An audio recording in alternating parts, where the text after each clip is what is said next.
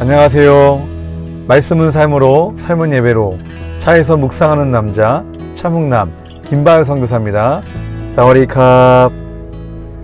네, 태국은 열대 과일이 굉장히 많이 있습니다.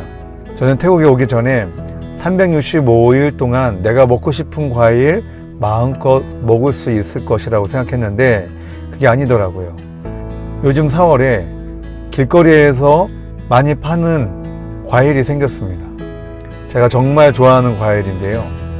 일명 과일의 왕이라고 하기도 하고 악마의 과일이라고도 합니다.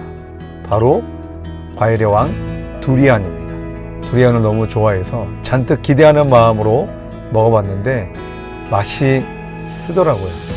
지금 막 나오고 있긴 하지만 제철이 아니라고 하더라고요. 그래서 제가 뭘 얘기를 하고자 하냐면 다 때가 있다라는 겁니다.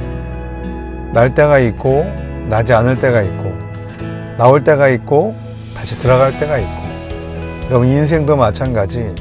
나쁠 때가 있다면 좋을 때도 다시 오게 된다라는 것입니다. 요즘 많이 힘들고 어렵지만 다 지나갑니다. 그리고 가장 중요한 때, 우리 주님께서 다시 이 땅에 재림할 때 그리 멀지 않았습니다. 그 소망을 가지시고 날마다 승리하는 우리가 모두가 되시길 주님의 이름으로 축복합니다.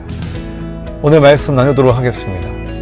오늘 본문의 말씀은 사도행전 1장 15절부터 26절까지의 말씀입니다. 오늘 본문의 말씀을 요약하면 이렇습니다. 예수님의 말씀을 듣고 120명의 성도들과 사도들이 마가다락방에 모여서 전혀 기도에 힘쓰고 있을 때 베드로가 많은 사람들 앞에서 이렇게 얘기합니다. 12명의 사도가 있었었는데 그 중에 한 사람 가룟 유다가 예수님을 배반했습니다. 이것을 다윗이 예언한 것이 이루어졌으니 한 사람을 다시 뽑아야 하는데 두 사람의 후보가 나왔습니다. 요셉과 마띠아가 나왔는데 제비 뽑아 마띠아가 12사도에 들어오게 되었습니다. 여러분, 우리가 중요한 일을 해야 할 사람을 뽑을 때 어떻게 뽑습니까? 그 사람이 어떤 삶을 살았는지, 그 사람의 배경이 무엇인지를 우리가 잘 보고 정말 일을 잘 할 수 있는 사람인가 확인하고 난 다음에 뽑습니다. 오늘 후보에 나왔던 요셉과 마띠아 중에 뽑으라면 저 같으면 요셉을 뽑았을 것 같습니다. 왜냐하면 요셉은 정보가 많이 나옵니다. 요셉이 어떤 사람이라고 나옵니까? 바사바라고 합니다. 바사바는 사바의 아들이라는 뜻입니다. 이름 앞에 바가 붙은 것은 뭐냐면 누구누구의 아들이라는 뜻입니다. 바예수, 예수의 아들, 바돌로메, 돌로메의 아들이라는 뜻입니다. 그리고 요셉의 별명이 무엇입니까? 유수도라고 합니다. 여러분, 유수도는 의로운, 올바른이라는 뜻이 있습니다. 요셉을 사람들이 어떻게 바라보고 있는 것입니까? 의로운 사람, 올바른 사람, 아주 확실하게 보증된 사람이라는 것입니다. 여러분, 저 같으면 요셉이라는 사람을 뽑지 전혀 정보가 없는 마띠아는 뽑지 않을 것 같습니다. 여러분, 결국엔 누가 뽑히게 됩니까? 마띠아가 뽑히게 됩니다.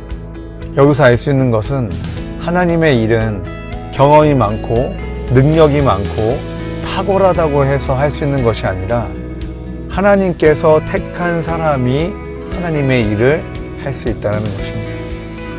여러분, 제가 태국 땅에 선교사로 왔습니다. 제가 능력이 많고 탁월해서 선교사로 왔겠습니까? 아니, 하나님께서 저를 이 땅에 보내셨기 때문에 제가 선교사로 나오게 된 것입니다. 여러분, 사도라는 말은 헬라어로 아포스텔로라고 하는데 보냄을 받은 자입니다. 여러분, 누구에게 보냄을 받은 자이겠습니까?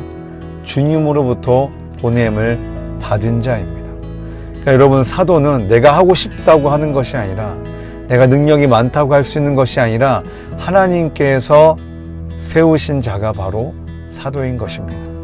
그러므로 보냄을 받은 자가 해야 할 일은 오직 하나, 충성입니다.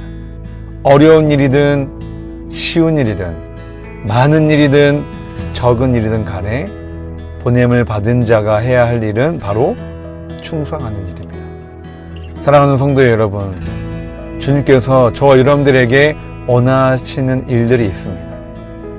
주님께서 저와 여러분들에게 원하시는 일이 무엇인지 확인하시고 발견하시고 충성하셔서 마지막 날에 주님께서 이 땅에 다시 오셨을 때 잘하였다, 착하고 충성된 종아라고 칭찬받는 저와 여러분 되시길 주님의 이름으로 축복합니다.